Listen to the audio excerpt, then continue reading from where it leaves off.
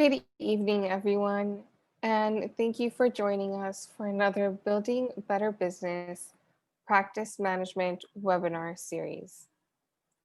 Tonight's topic is Insurance Q&A with Shafer Billing.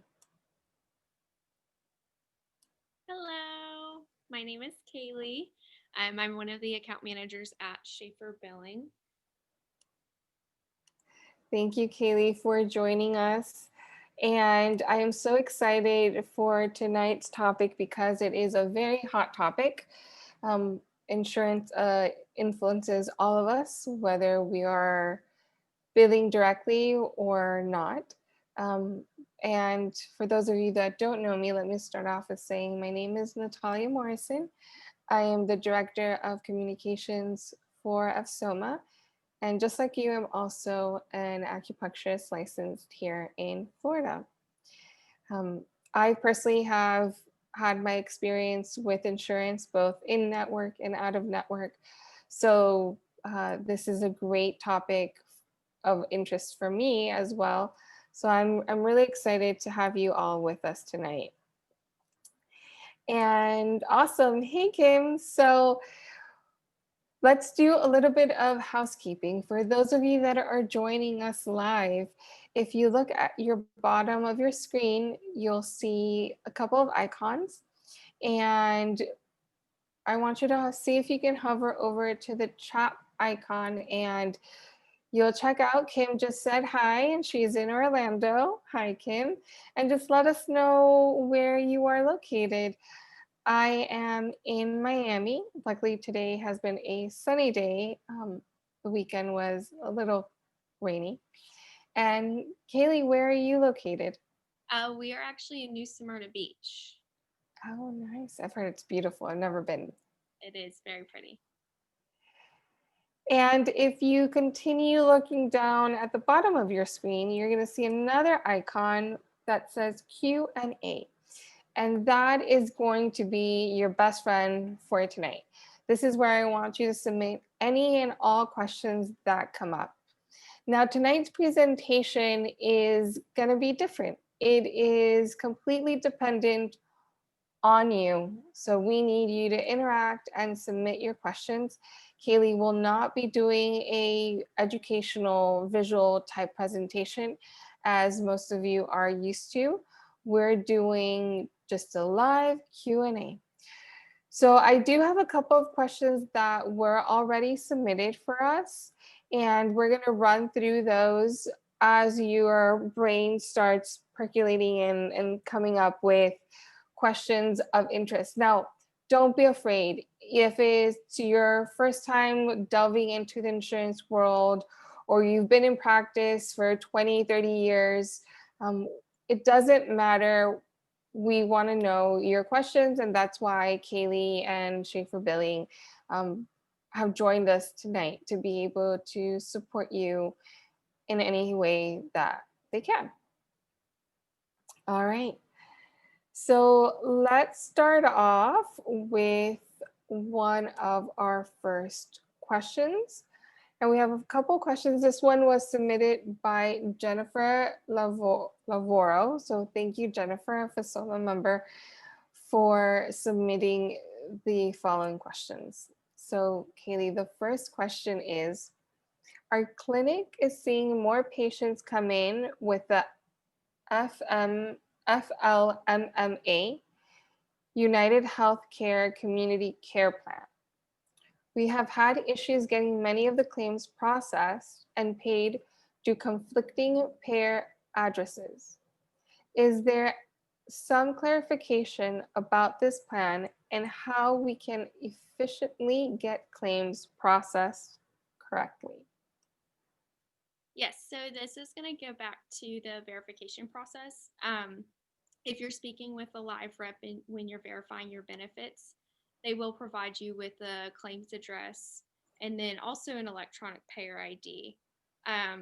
If you have a specific plan that has a different address to submit to, that representative will supply you with that information. However, United Healthcare is a pretty general plan, so your Medicaid and Medicare replacement plans are all supplemented under your uniform your electronic payer ID of 87726.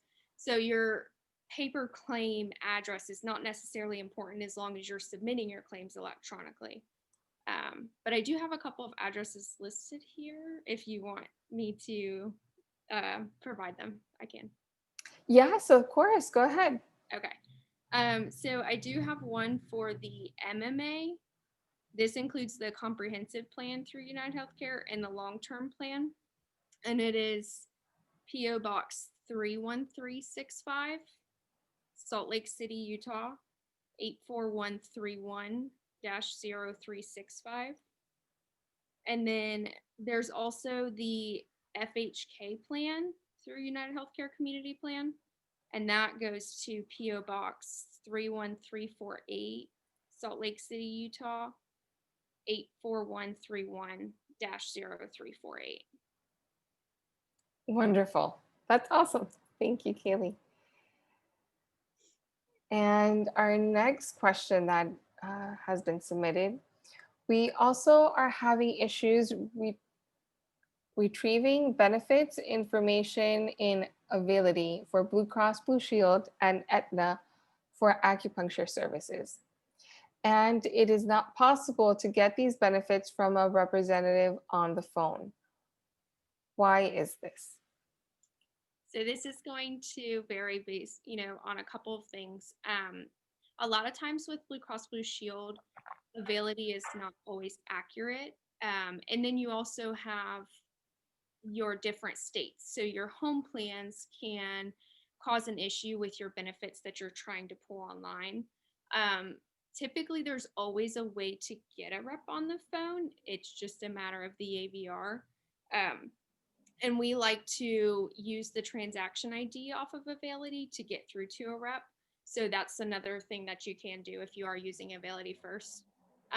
But with speaking to a live representative, you're a lot safer as far as like appeals. If you get inaccurate information from a representative, you have a date that you place that call, a time, and a reference number, and that, the name of the person you spoke with. You can then appeal that information and, possibly win it because you got bad information. Whereas a transaction ID on Availity can be a little bit more tricky because the information, as far as we've seen, isn't always up to date and it's not always correct. Okay. So the question was, why do you think that they're not able to get these benefits through a representative on the phone? It could be based on the state. It kind of goes back. Okay. You can, if it is Florida Blue, I know we've had some issues where you can't just get through on the AVR. So then we will go to Availity and get that transaction ID, and then usually you can punch that into the AVR and get a rep. Okay. All right. Wonderful. Next question is it legal for an insurance company to charge the allowable amount for CPT codes, even though the practitioner is contracted with the insurance company? And in parentheses, they have noticed this happening with Cigna and Blue Cross Blue Shield recently.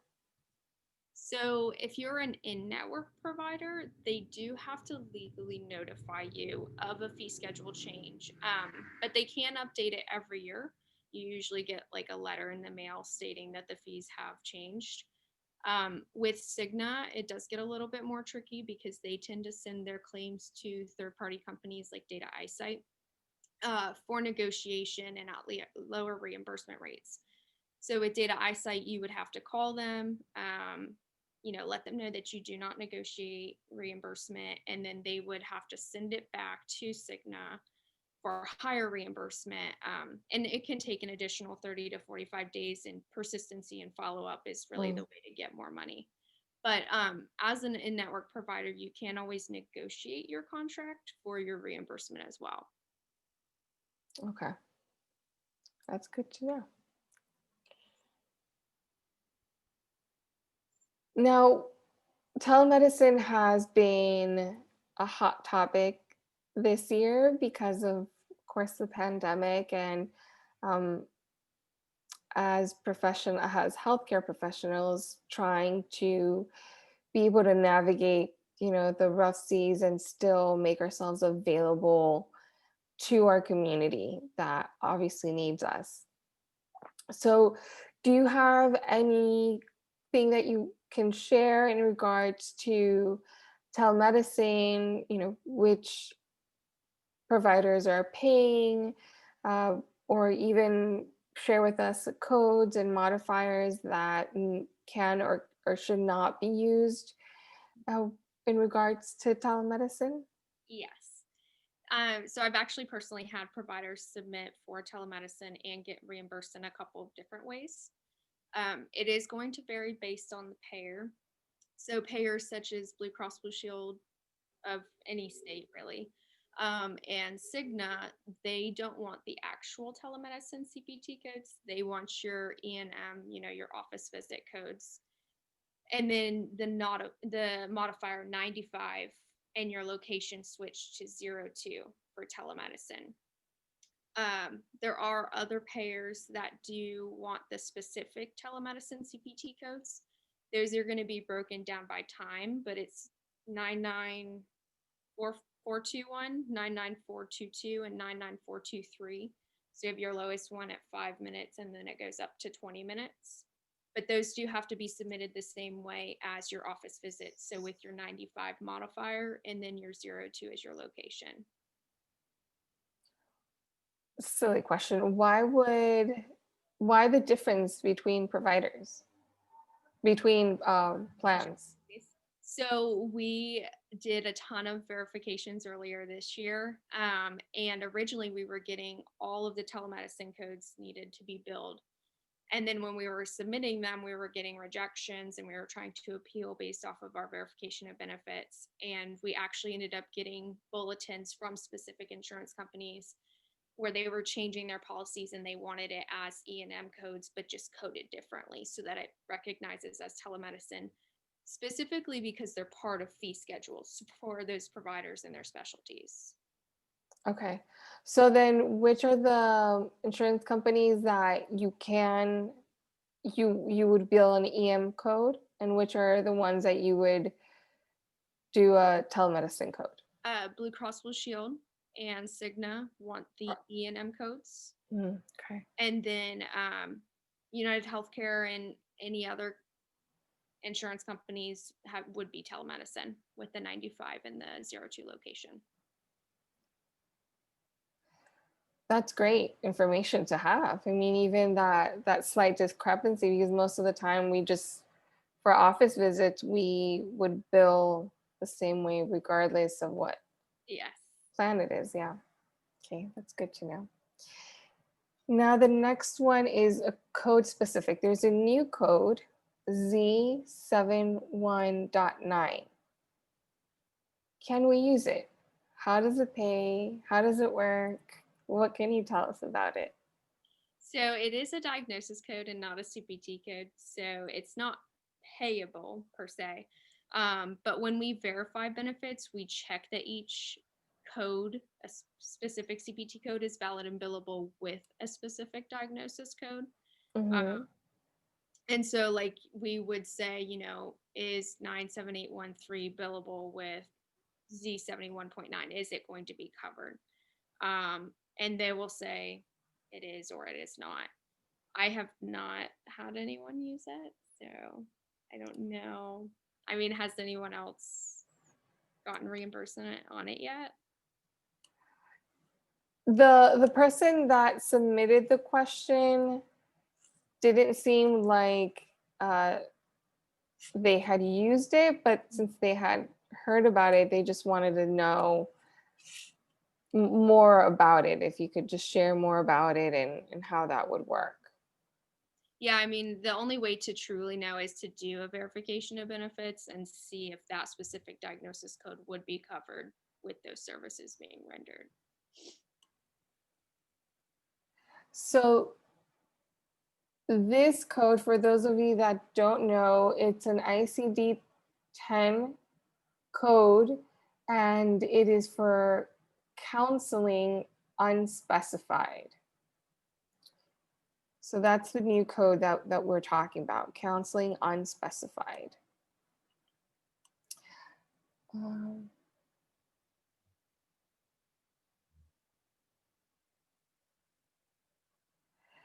Oh, it looks so there's something in the chat. You want to talk about CPT 97813? yes. So that is an acupuncture initial needle with stimulation. Um, so when we do verifications of benefits, when we're checking for acupuncture coverage, we tend to give them all of the CPT codes and make sure that they are valid and billable and that they are covered codes.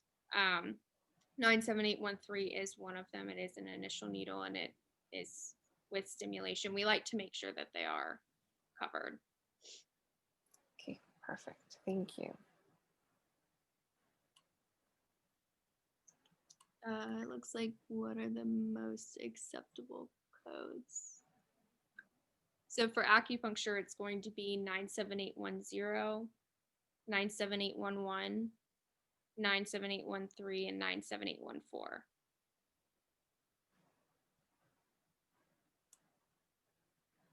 Great question. Thank you, Maria. And keep your questions coming in. So the next question I have is, can I bill Medicare Plan C Advantage without being a Medicare provider? Yes. So to current, Medicare covers acupuncture, but they do not credential just acupuncturists yet. You cannot get a PTAN. So as of now, you can still bill Medicare replacement plans and Advantage plans as an out-of-network provider as an acupuncturist, as long as the patient has out-of-network coverage on those plans. Do you foresee that changing? Yes, we're hoping to know more in the coming year. This year, when they made the change where acupuncture is covered under Medicare, there was a lot of stipulations, so it has to be under the supervision of an MD or a DO. Um, so right now, it's still really up in the air for a lot of acupuncturists because they don't want to have that extra provider in the office. And then those providers, they still have to have a PTAN in order to bill to Medicare. You can't bill to Medicare without a PTAN. So unless those providers are registered Medicare providers, it's still not going to be covered. Have you had any of your clients bill Medicare under the new, with an MD on site or the new requirements that We have not. you No, have not? Okay. no, because a lot of them are all just independent licensed acupuncturists. And a question that came in regards to PTM. What is PTM? So that is your number for Medicare. It's like your identification number, such as like an MPI that you have for, your general billing. It's your individual PTN in order to bill services.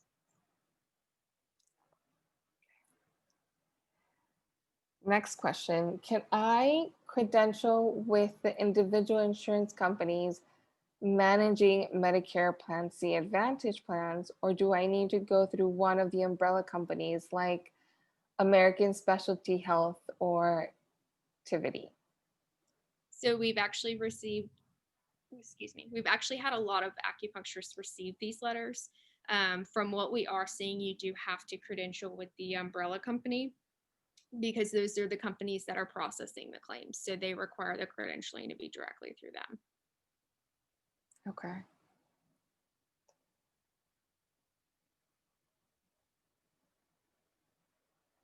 And in regards to the PMT, do you have to apply for that separately as you do have to apply for an MPI?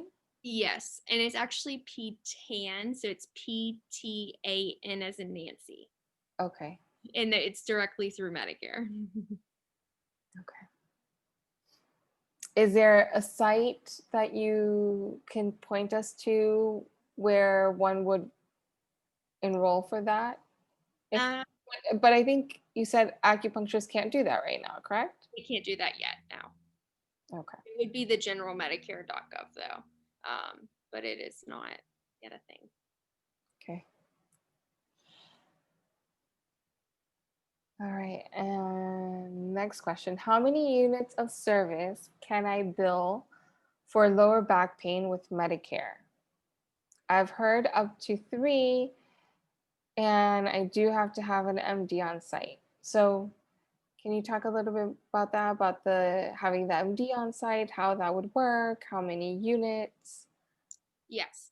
So in general, most insurance companies are allowing the 3 additional units, and they do deem that medically necessary, especially with an ICD-10 code such as M54.5, low back pain. Claims have to be run through the MD though, as the acupuncturist is not eligible and under Medicare.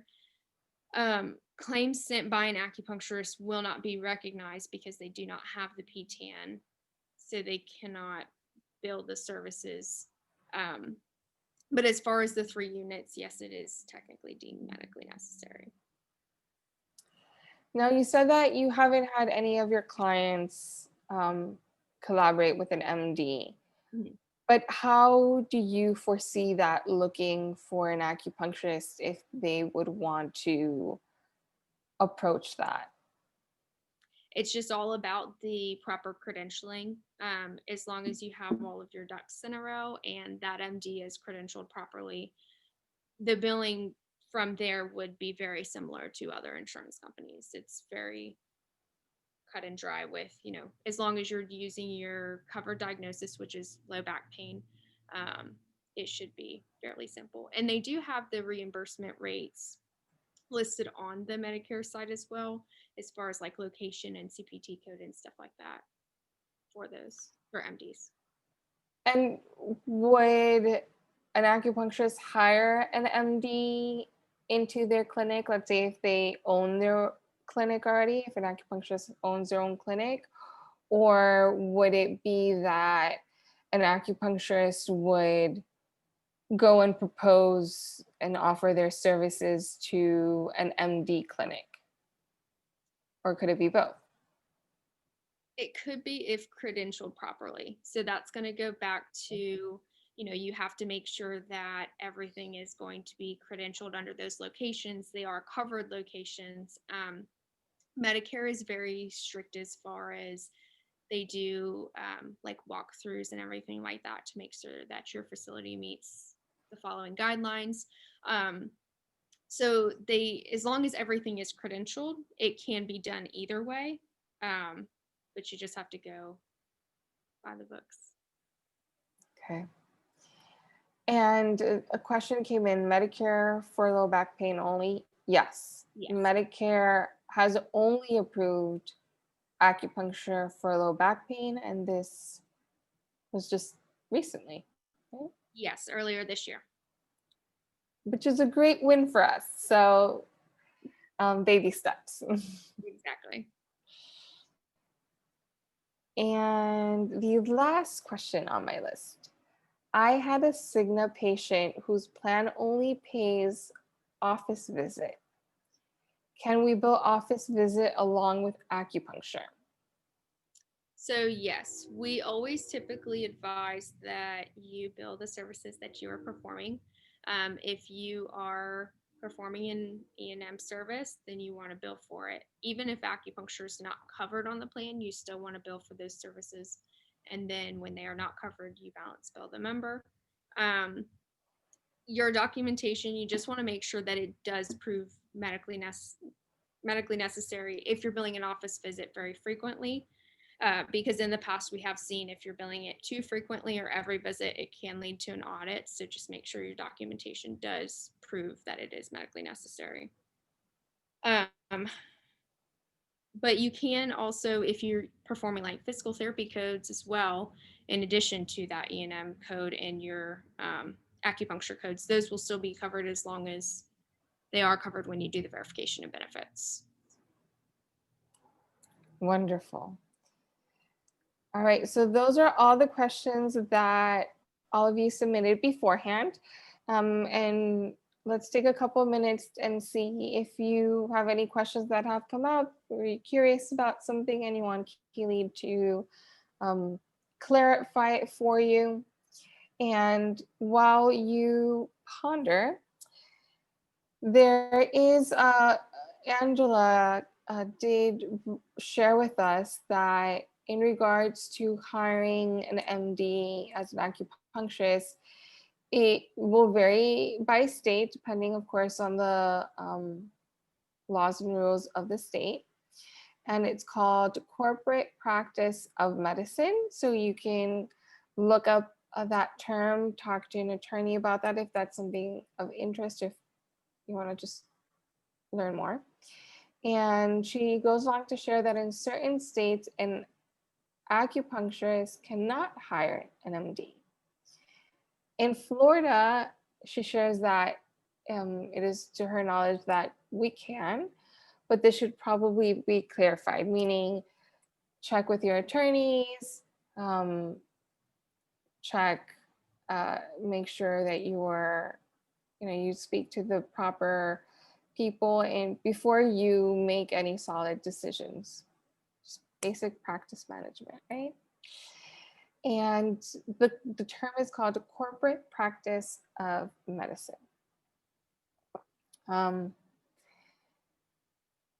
what PT care are we allowed to bill is the question that just came in. So you can bill your infrared therapy 97026, 97016 cupping. You can do manual therapy 97140. Let me see if I have an exact list that I can give you guys. And these are all going to be determined when you verify your benefits. So you would check to make sure that physical therapy is covered by a licensed acupuncturist, because sometimes when you're verifying benefits, acupuncture will be covered, but physical therapy may have to be done by an actual licensed physical therapist. This is going to vary based on the patient's plan and their specific guidelines. So that is very important to notate. We have. Wonderful, thank you. And another question that came in, if we go through the credentialing process with a carrier and they revise the rates which we consider too low of a payment, how do we get out of being an in-network provider in that case?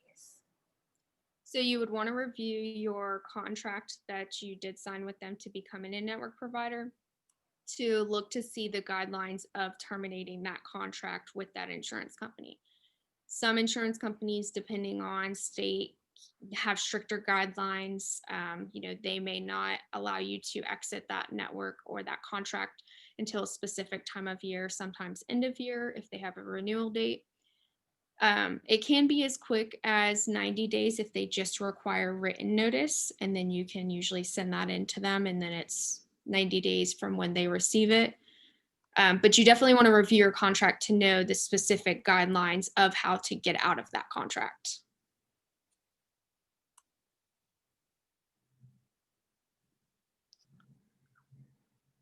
Wonderful. So it seems like those are the questions that were submitted for tonight. Is there anything, Keely, that you want to share with us that maybe someone hasn't asked before we wrap up and say goodnight? I'm trying to think.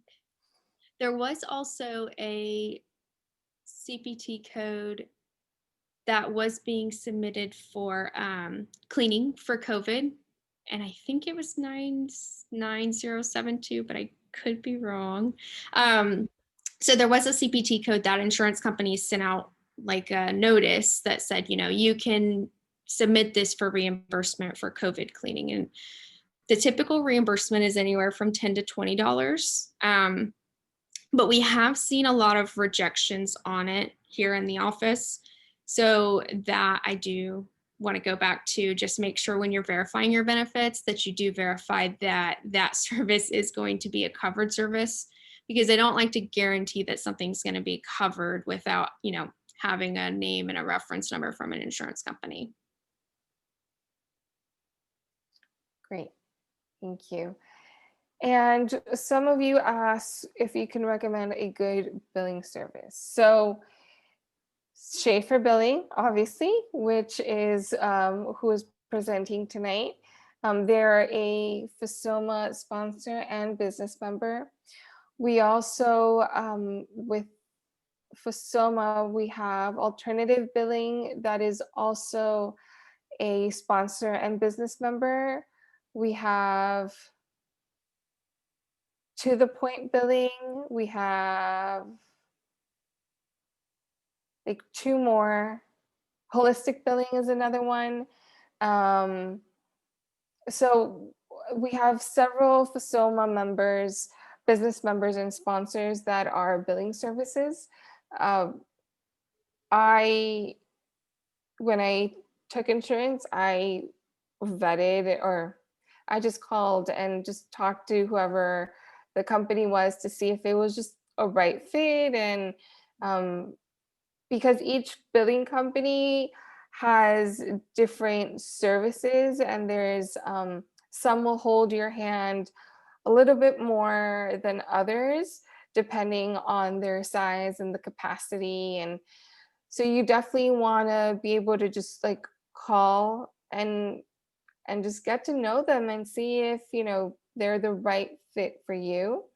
Shafer Billing is well known within our industry, as well as the other FSOMA business members that I mentioned, and the other ones that I did not mention. I'm sorry, I forgot. So you can, if you're a FSOMA member, just hop on to our website, log into your membership account. You do have a lot of great membership benefits. Some of them will give you discounts with our business members as well. So that's definitely something to look into. Um, and for those of you that asked, Kaylee, could you share with us your website address and contact information if anyone is interested in reaching out to you? Yes. Do you want me to share Lauren's, the business owners? Or Sure. okay. So Lauren Schaefer is the owner of Shafer Billing, and her phone number is our office phone number is 386-410-3241, and you can call and ask for her. And then the email is lauren@shaferbilling.com, and Shafer Billing is spelled SHAFER. So And do you have a website? she does. It is, what up? It is Shafer Billing.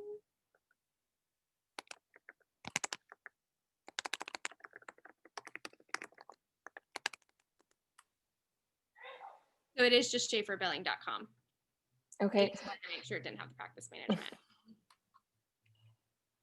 great. Oh, and let's see, more information, more questions. So Schaefer, I'm writing in the chat box the website, and you can just go there and look up the information. Um, Lily is asking, hi, when hiring an MD, from what I understand, they have to be present in the office while acupuncture is being done. Is that correct, Kaylee? That is correct. So they actually have to be present watching you do, like overseeing you do the treatment, because it is technically like a delegation thing. Okay, wonderful. That was a really, really great question. And this is something that we're all learning, and collaboration and communication between all of us, like we're doing tonight with Shafer Billing, is so important for the evolution and the progress and the health of our profession as well, and as our community. So thank you everyone for being with us tonight. Thank you, Shafer Billing. Thank you, Lauren. Thank you, Kaylee, for being here and sharing just your knowledge and experience with us. It is very important for us as individual providers as well. So It means a lot. Thank you. And thank you everyone for being here with us tonight. Thank you for those of you that are members. You are making these free webinars possible for our community. So thank you for your support and your membership. And don't forget to log on to our website at fsoma.org. You can look at all our business members, our sponsors, and check out our benefits and just learn more about what we as a non-for-profit association are doing for you and for the health and well-being of our profession. And that's it for my rambling tonight. Thank you, everyone. Thank you, Kaylee. Thank you. All right. Good night, everyone.